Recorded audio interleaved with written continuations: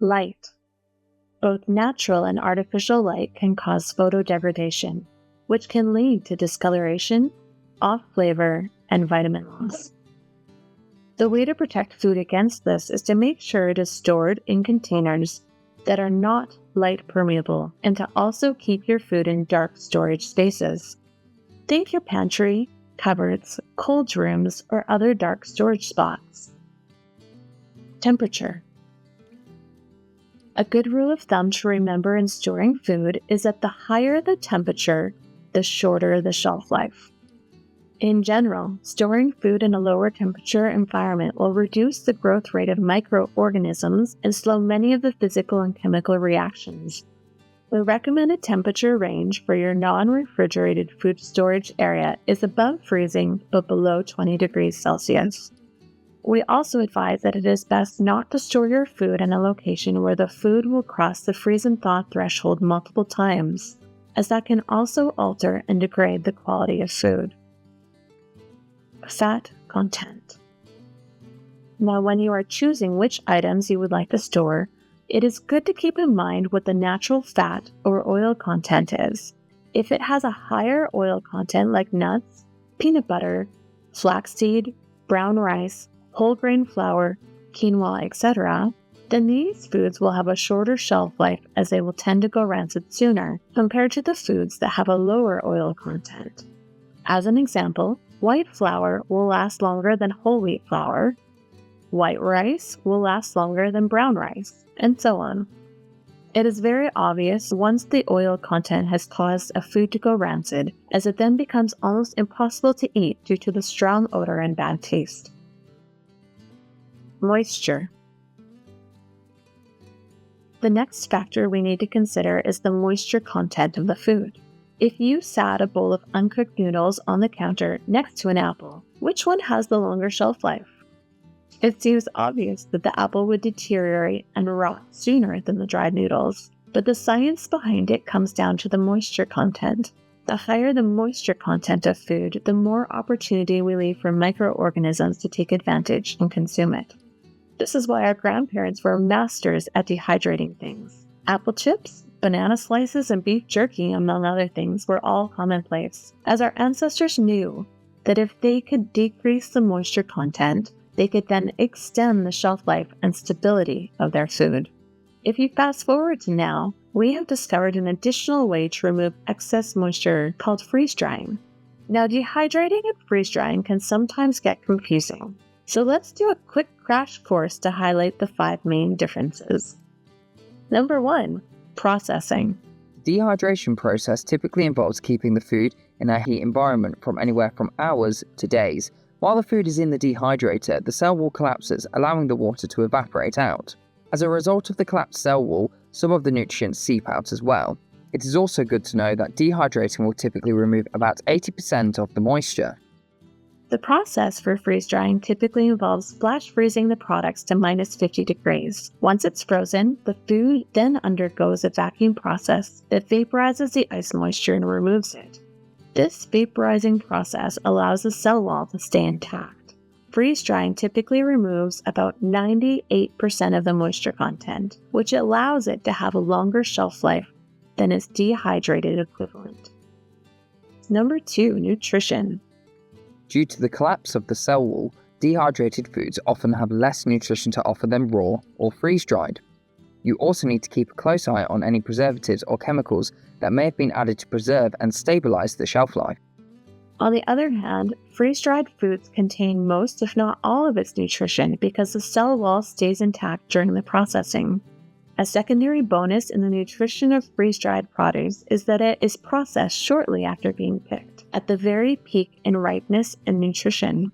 In comparison, store-bought produce often endures up to 21 days in transport and storage, which often results in a substantial drop in nutritional value. Important antioxidants and phytonutrients also remain intact with freeze-dried, and it rarely ever contains preservatives or additives.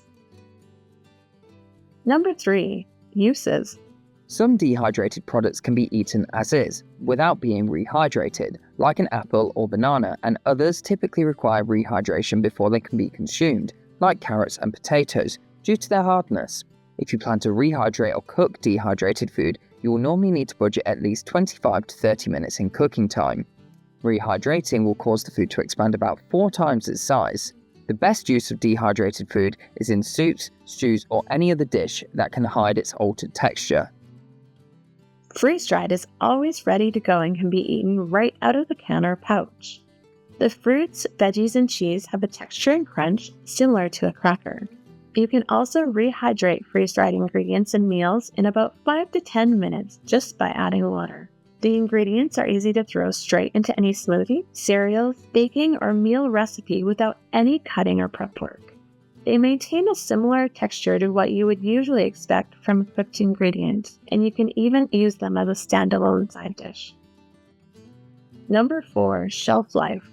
When stored in an oxygen-free, dry environment and at proper temperature, dehydrated foods typically offer a 10 to 12 year shelf life sealed, or a 1 to 2 year shelf life open. Freeze-dried typically offers a 25-year shelf life sealed, or a 1 to 2 year shelf life opened.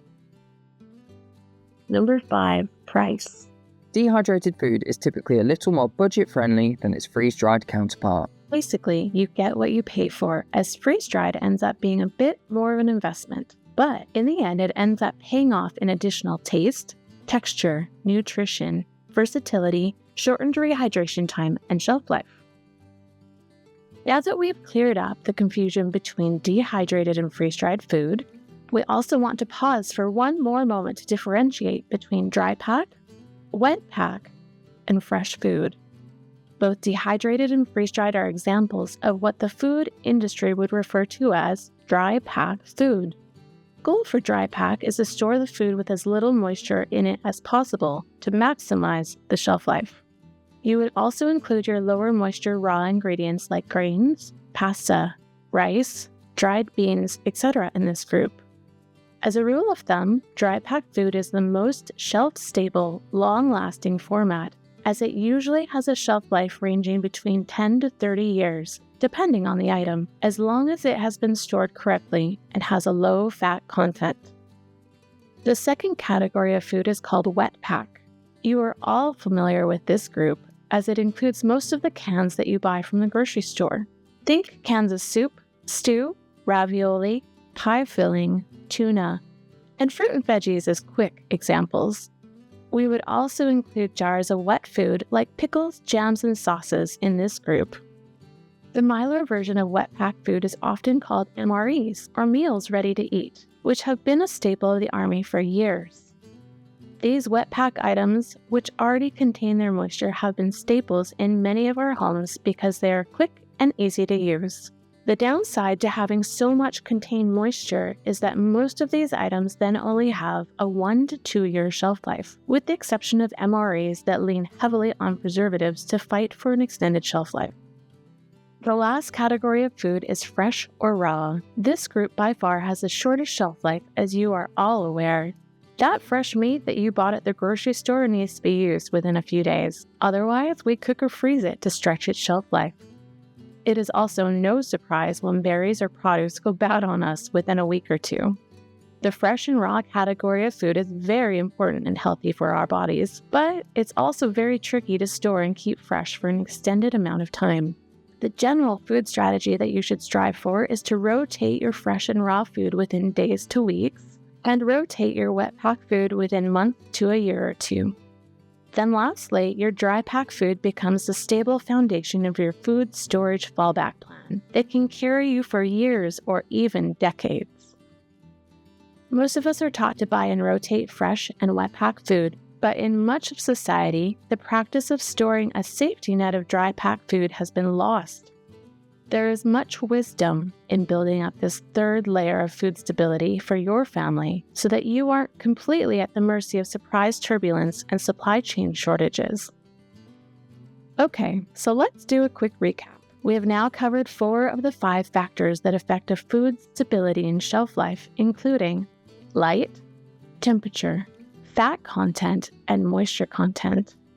We have even discussed the 2 most popular ways to remove moisture by dehydrating or freeze-drying, as well as the 3 different categories of food. Oxygen.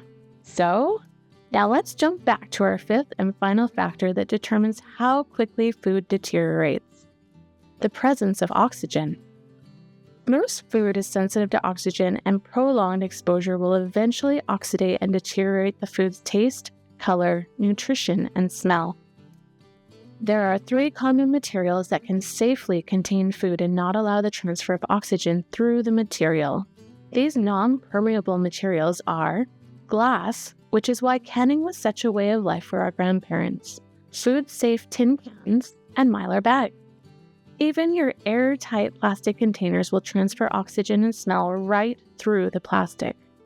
As an example, if you set a bucket of wheat next to a jerry can of gasoline in your garage, your wheat would eventually come to taste and smell like gasoline.